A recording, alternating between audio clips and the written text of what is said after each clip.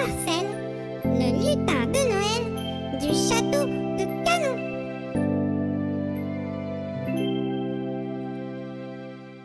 La rose enchantée.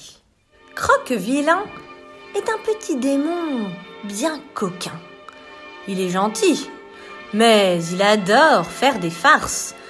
Et comme il est un peu magicien, ses blagues sont toujours très étonnantes, mais pas drôles pour celui qui les subit. En ce moment, sa préférée se fait avec des fleurs. Un matin, il a offert à Pélagie, la sirène qui habite dans le miroir d'eau, un magnifique bouquet de fleurs des champs. Mais quand Croque-Vilain est parti et qu'il s'est caché derrière un arbre pour regarder la pauvre Pélagie, les fleurs se sont transformées en anguilles. Vous savez, ces poissons très longs et très visqueux qui ressemblent à des serpents. Croque-Vilain rigolait derrière son arbre.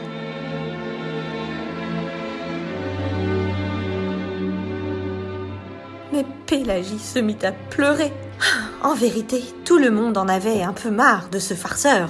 Or, un jour, Croque-Vilain se promenait dans la roseraie. Il se dit qu'un bouquet de roses qui se transforment en anguilles, ce serait vraiment drôle. Il chercha tout autour de lui et finit par se diriger vers la plus belle de toutes les roses. En faisant attention de ne pas se piquer, il voulut l'accueillir. Il la prit entre le pouce et l'index et s'apprêta à couper sa tige.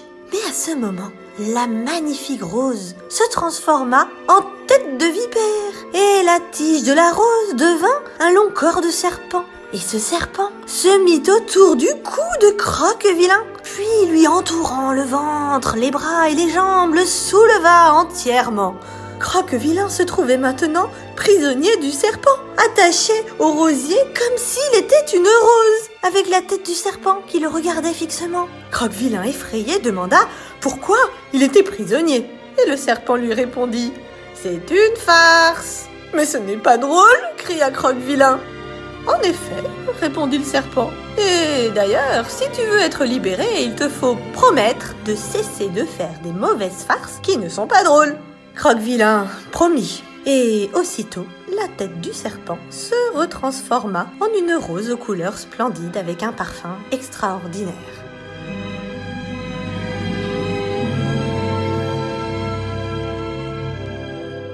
Croque-Vilain, enfin libre, retira ses doigts de la tige de la rose et ne cueillit plus jamais de fleurs.